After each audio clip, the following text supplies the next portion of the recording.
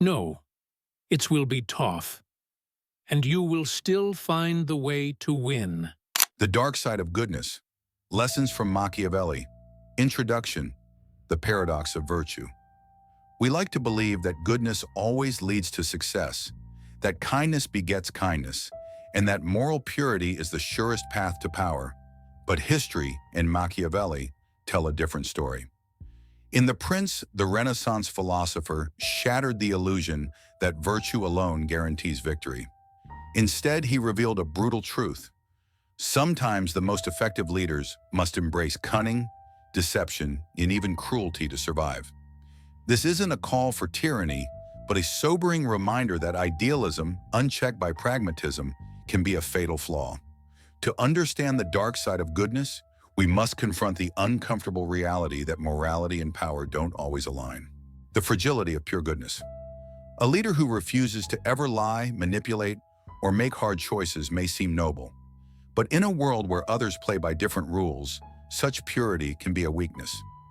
Machiavelli observed that those who cling blindly to moral absolutes often fall prey to more ruthless adversaries.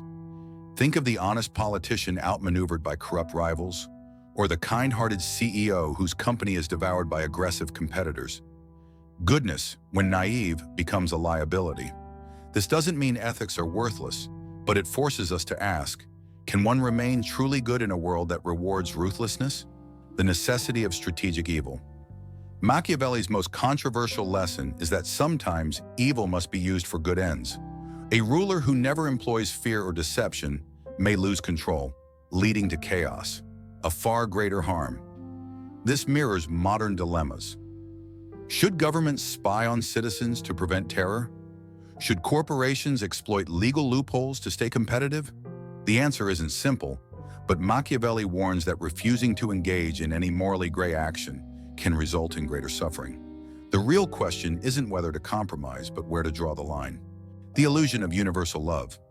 Many believe that being loved is better than being feared, but Machiavelli argues that love is fickle, while fear is reliable. People abandon benevolent leaders when self-interest demands it, but they hesitate to betray those who command respect through strength.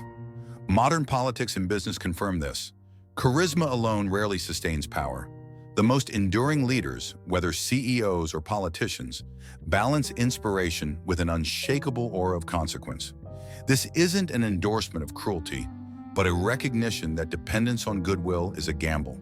The hypocrisy of moral condemnation. Society condemns Machiavellian tactics, yet secretly admires those who wield them successfully. We vilify the scheming politician, then elect them. We criticize cutthroat business practices, yet reward the winners.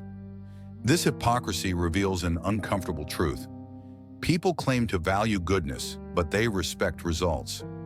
Machiavelli forces us to confront the difference between public morality and private pragmatism.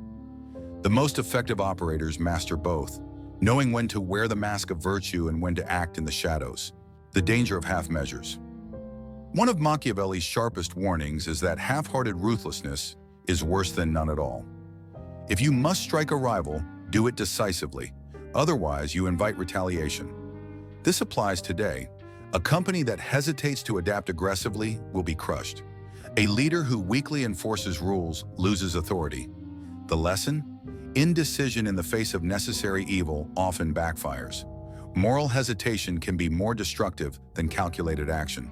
Goodness as a luxury of power? Machiavelli notes that only those already in secure positions can afford uncompromising virtue. The struggling entrepreneur can't always be ethical if survival is at stake. The revolutionary fighting oppression may need dirty tactics to win. This isn't cynicism, it's realism. True moral freedom is often a privilege of those who've already secured their power. Until then, the game demands concessions. The modern Machiavellian. Today's world, with its complex politics, corporate warfare, and social manipulation, is more Machiavellian than ever. The difference? Our tools are subtler. Media spin, algorithmic influence, legal maneuvering. The principles remain the same.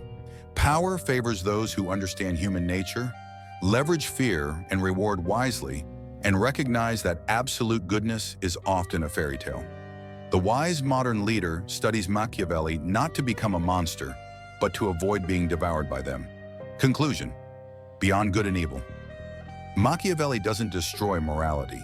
He refines it. His lessons force us to ask, is it better to be good or to do good, even if that requires morally ambiguous means? The dark side of goodness is that sometimes the purest intentions lead to the worst outcomes. The challenge isn't rejecting ethics, but mastering the art of balancing ideals with the demands of reality. In the end, the greatest leaders aren't those who never get their hands dirty, but those who dirty them for the right reasons. Know that life is a beautiful journey, and kindness is one of the greatest gifts we can offer to others. But sometimes being too good to people can leave you drained, unappreciated, and even taken for granted. If you've ever felt exhausted from constantly putting others first while your own needs are ignored, it might be time to reassess. True kindness should never come at the cost of your own well-being. Let's explore why dialing back your generosity could be the best thing you do for yourself, and even for those around you. You deserve the same energy you give when you're always the one giving, supporting, and sacrificing. It's easy for others to assume you don't need anything in return, but relationships should be a two-way street. If you're constantly pouring into others without receiving the same care, resentment will eventually build. Setting boundaries isn't selfish, it's necessary. By stepping back, you teach people how to treat you and create space for those who truly value your kindness. Overgiving attracts takers, not appreciators. Not everyone who benefits from your goodness has pure intentions. Some people will see your kindness as an opportunity to exploit you, whether emotionally, financially, or energetically. When you're always available, always forgiving, and always giving, you risk attracting people who only stick around for what they can get. Protecting your energy ensures that your generosity goes to those who genuinely deserve it. You can't pour from an empty cup. Think of your kindness as a finite resource. If you give too much without replenishing yourself, you'll burn out. Constantly prioritizing others over your own mental, emotional, and physical health leads to exhaustion and even bitterness. Self-care isn't selfish, it's survival. By saying no sometimes, you preserve your ability to help in ways that truly matter, rather than spreading yourself too thin. Boundaries foster healthier relationships. Being too nice often means avoiding conflict, swallowing your feelings, or tolerating disrespect, all of which harm relationships in the long run.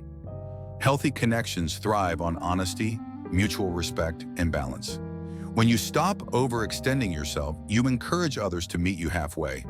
True friends and loved ones will respect your limits, while those who don't reveal themselves as unworthy of your energy. Final thought: kindness should be balanced, not blind. Kindness is a virtue, but it shouldn't come at the expense of your self-worth. You don't have to be cold-hearted, just wise enough to know when to step back. The world needs your goodness, but it also needs you, happy, whole, and thriving. So protect your heart, set those boundaries, and let your kindness be a choice, not a burden. You'll find that when you stop being too good to everyone, you become the best version of yourself for those who truly matter.